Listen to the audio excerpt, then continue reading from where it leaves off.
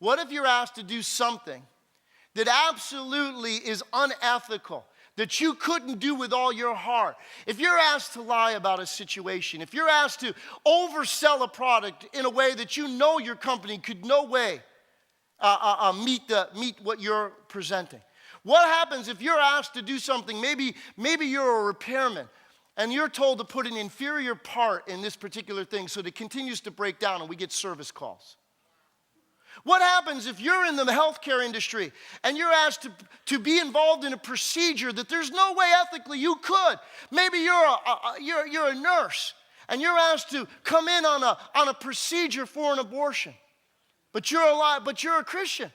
What do you do about something like that? How do you handle it? What happens if you're taught to falsify documents, to fudge efforts? If you're making a presentation, just tell all the good stuff and hide the rest in the details and don't bring it up.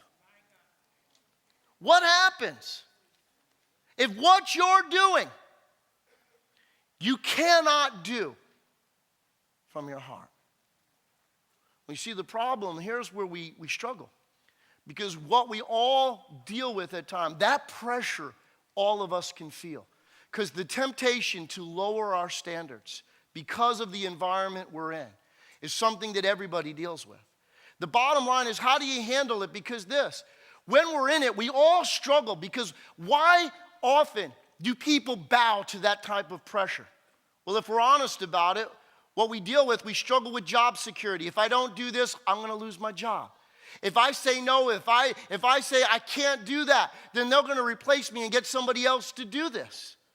Or maybe, and as well as, we deal with the desire for recognition. We want to stand out. We want things to go well for us. We want other people to accept us. We want to be recognized as a team player. And so because of the pressure's on, because everybody else seems that they're willing to do it, what do? Pressure's on. Well, maybe, it's just the workplace. God understands. God knows my heart. Or maybe the third one. For the desire for career progress. We want a promotion. We want to do this. And so we're willing to bow to the pressure because our company's asking us things that we shouldn't be asked to do. But we're afraid to stand up. We're afraid to say anything. Because why? Because all of us can deal with those type of pressures. So what do you do when you face that situation? What do you do when you say, but Pastor, again, you don't know my industry. You don't know what people do. If I'm honest, then I'm not going to make a sale. If I'm honest, then I might get passed over for a promotion. If I'm honest, or if I do this, or if I not do that, then I'm going to be looked at as somebody that doesn't care about the workplace. What do I do? When you found that second part, that area, Daniel chapter 3, turn over to there and listen as I kind of fill you in. Because here, there were 3 young men who had come out of the land of Israel. The Babylonians had come in and they had raided Israel in about 605 BC. And Nebuchadnezzar was the king of the Babylonian Empire.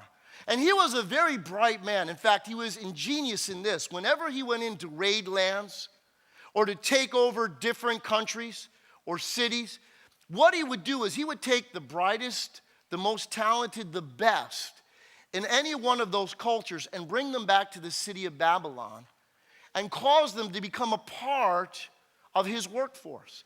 It made the city of Babylon the most cosmopolitan city of its time.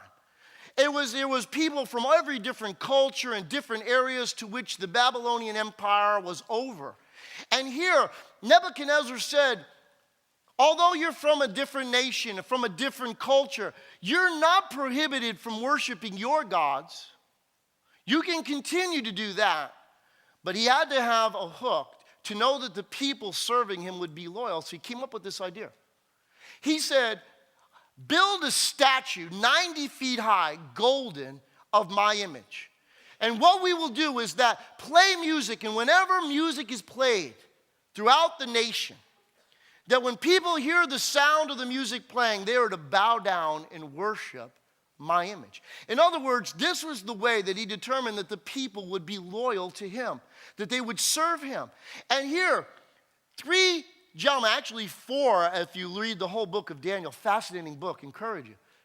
Daniel, Hananiah, Mishael, and Azariah. Those were their Hebrew names. Better known to us as Shadrach, Meshach, Abednego, and Belshazzar, okay? But Shadrach, Meshach, and Abednego had come in their youth and served under Nebuchadnezzar. They came as slaves, but the fascinating part about it is they were promoted and they were given positions of honor in the Babylonian culture. They were given positions of authority over the affairs of the city of Babylon. Fascinating. They were wealthy, they were influential. And how many of you know when you're promoted that it doesn't always make everybody else happy? And there were some Babylonians that were upset about this, that these Jews got our places. I mean, those positions should go to Babylonians, not to Jews. So they were looking for an opportunity to make these guys look bad. And they had their chance, because when Nebuchadnezzar created this statue of gold, these young men who were believers in the one true and living God, there was no other God. In following God, they realized they could not bow down and worship a false God. They could not bow down and give allegiance to anyone else but the Lord God Almighty. And it was told that these three young men had not honored Nebuchadnezzar's request. So look at this. In Daniel chapter 3, look at verse 8. It said, at this time, some astrologers came forward and denounced the Jews. They said to King Nebuchadnezzar, O king, live forever. You have issued a decree, O king, that everyone who hears the sound of the horn, the flute, the zither, the lyre, the harp, the pipes, and all kinds of music must fall down and worship the image of gold. And that whoever does not fall down and worship will be thrown into a blazing furnace. But there are some Jews whom you have set over the affairs of the province of Babylon. Isn't that fascinating? They had positions of authority, and Nebuchadnezzar had promoted them. He had set them over the affairs. And so they said, Shadrach, Meshach, Abednego, who pay no attention to you, O king, they neither serve your gods nor worship the image of gold you have set up. So how did Nebuchadnezzar respond? Look at verse 13. Furious with rage. You ever notice that? When people you work for and you won't go ahead and compromise your values to do what they're asking you to do, usually they get angry at first, don't they? Furious with rage, Nebuchadnezzar summoned Shadrach, Meshach, Abednego. And so these men were brought before the king, and Nebuchadnezzar said to them, is it true, Shadrach, Meshach, and Abednego, that you do not serve my gods, nor worship the image of gold I have set up? Now, when you hear the sound of the horn, the flute, the zither, the lyre, the harp, the pipes, and all kinds of music, if you are ready to fall down and worship the image I made, very good. But if you do not worship it, you will be thrown immediately into a burning furnace. And next, notice this next sentence because it's critical. Then what God will be able to rescue you from my hand? Now notice this for a moment. Nebuchadnezzar must have liked these guys because he attempted to give them a second chance. He attempted to be gracious with them. He was totally angry. He was ticked off, wasn't he? But he brings them in and says, guys, maybe you didn't understand? So I'm going to give you this opportunity. The band's warming up right now, and when they strike the tune, if you bow down and worship me and the image of gold that I created, then all will be well with you. Things will be good. You'll be cool, man. Okay? I mean, you keep your job, maybe you even get a promotion. All right? But if you do not, be it known to you, you will be thrown into a blazing furnace. And notice this. And what God shall be able to deliver you out of my hand? Now here's the issue. Nebuchadnezzar believed that he controlled the outcome of their lives. And that's the question we have to ask ourselves. Who do we believe controls the outcome of our lives? You see, when you're threatened at work, if you don't do this, you can lose your job. And ooh, the pressure's on. See, I got a mortgage to pay.